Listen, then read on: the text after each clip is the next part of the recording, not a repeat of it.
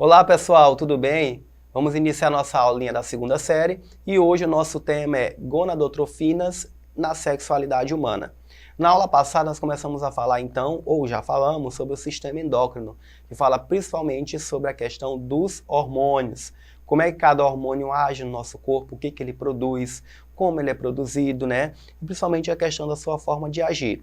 E hoje nós vamos falar especificamente isso na sexualidade humana. Por isso se fala nas chamadas gonadotrofinas, que falam principalmente da questão da reprodução. Então, os hormônios são substâncias produzidas pelas chamadas glândulas endócrinas. Essas glândulas produzem secreções que são lançadas diretamente na corrente sanguínea. No nosso corpo, o conjunto dessas glândulas forma o chamado sistema endócrino, que é aquilo que nós já estudamos na aula anterior. Os hormônios são essenciais para o funcionamento do corpo humano e atuam regulando a função de outras células. Diferentemente de outras substâncias, como os neurotransmissores, eles são capazes de manter a sua ação por tempo mais prolongado. Apesar de ser liberado no sangue e atingir uma grande quantidade de células, elas atuam apenas nas células-alvo. Isso significa que determinada célula só será estimulada ou inibida pela ação de um hormônio específico. Na membrana de cada célula-alvo existe um receptor hormonal, uma proteína capaz de se ligar ao hormônio. Cada receptor se combina com um determinado hormônio, ou seja, em uma ligação específica. Então isso basicamente é uma revisão daquilo que nós já vimos. O que acontece? No sistema endócrino nós temos as chamadas glândulas endócrinas, que ficam em diversas partes do nosso corpo. Por exemplo, nós temos a tireoide, temos o timo, né, temos os órgãos sexuais, as glândulas mamárias, né, temos a hipófise. Todas elas vão aí, nesse caso, produzir um certo hormônio que vão ser liberados para poder, então, agir em um órgão-alvo. Para isso, esses hormônios eles caem na corrente sanguínea e aí, quando chega na célula, ele vai sinalizar por uma proteína específica. E aí, nesse caso, o hormônio ele é teleguiado por essa enzima específica ou essa proteína e lá ele vai fazer, então, a sua ação. E aí, hoje a nossa ideia é falar sobre os hormônios sexuais, que são as chamadas de gonadotrofinas.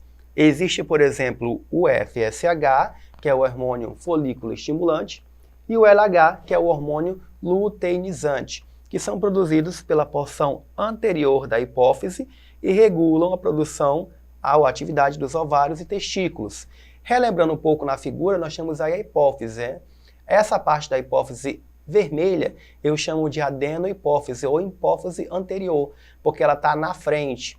Nesse caso, essa hipófise ela faz liberação aí, a adenohipófise, de vários hormônios, né? Como a gente já viu nas aulas passadas, mas principalmente os gonadotróficos, que é o FSH e LH. Esses hormônios, eles vão agir principalmente aí na atividade dos ovários e dos testículos. Quando se fala no homem, o FSH estimula a produção de espermatozoide. O LH age no testículo, favorecendo a produção de testosterona, que é o hormônio sexual masculino. Então nós temos aí que temos que ter uma ideia seguinte: o FSH ele ajuda na produção de espermatozoide e o LH ele ajuda na produção da testosterona, que é o hormônio que dá características masculinas. Na mulher, o FSH e o LH participam do ciclo menstrual. Nesse ciclo haverá a formação do ovócito e a produção dos hormônios ovarianos, chamados de estrógeno e progesterona, que se preparam o útero para a possível gravidez.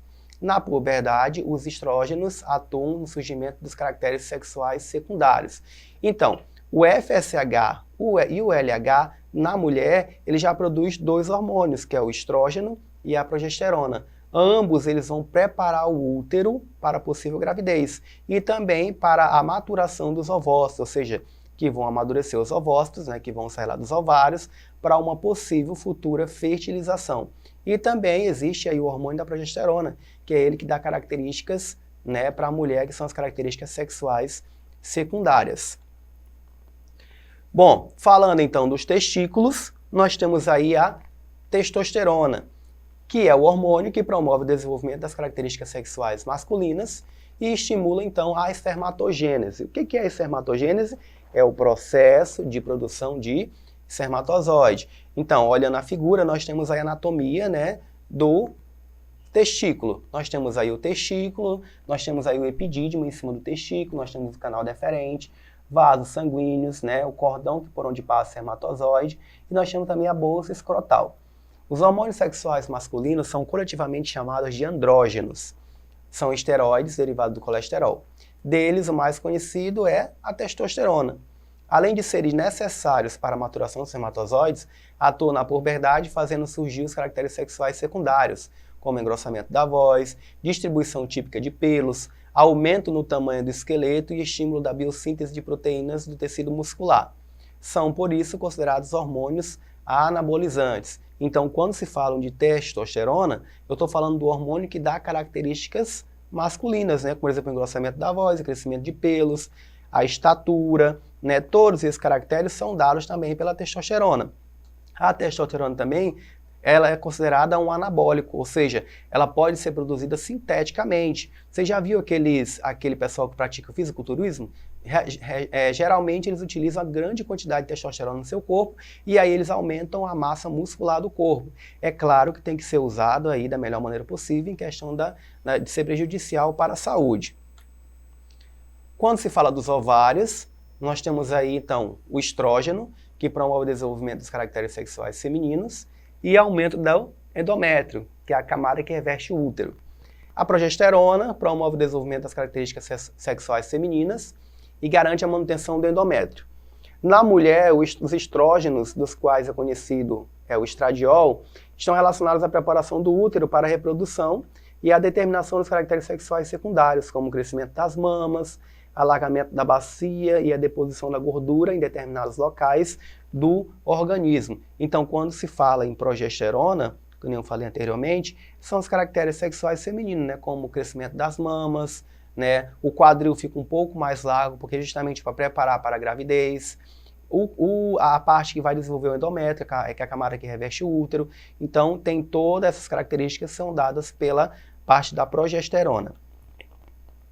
Os hormônios do ciclo menstrual.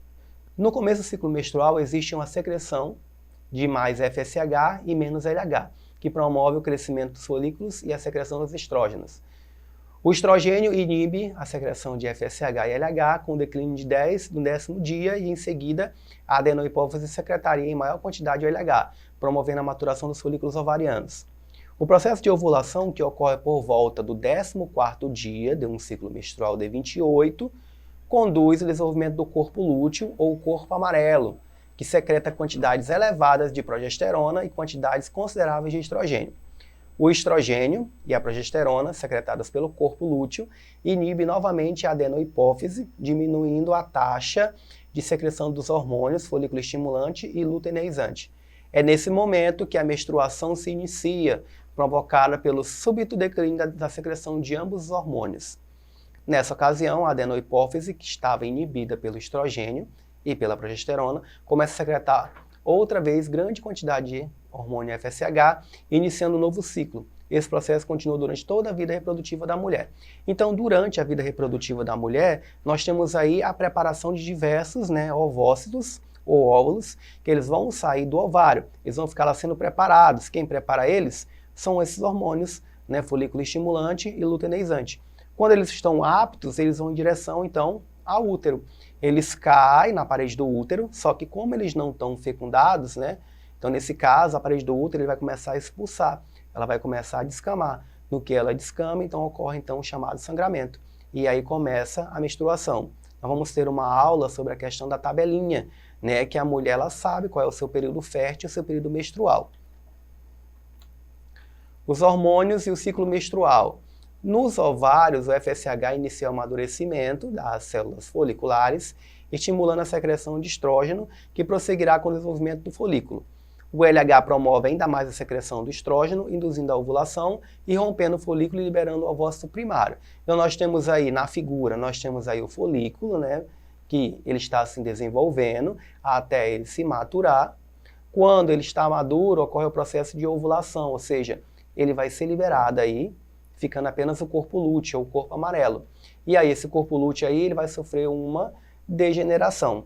No que ocorre essa degeneração, então, esse hormônio ele vai recompor uma outra parte de outro folículo estimulante.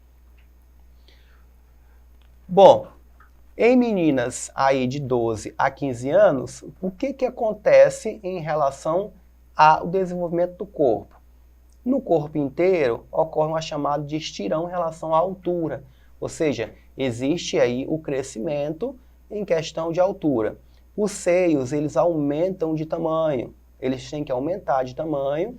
As axilas, presença de pelos nas axilas e ao redor dos órgãos sexuais, que ficam com odores mais intensificados. A vagina ocorre então a chamada primeira menstruação. O que acontece com os meninos de 13 a 16 anos? O rosto, aparece espinhas e pelos pelo rosto, como barba e bigode, altera o tom de voz.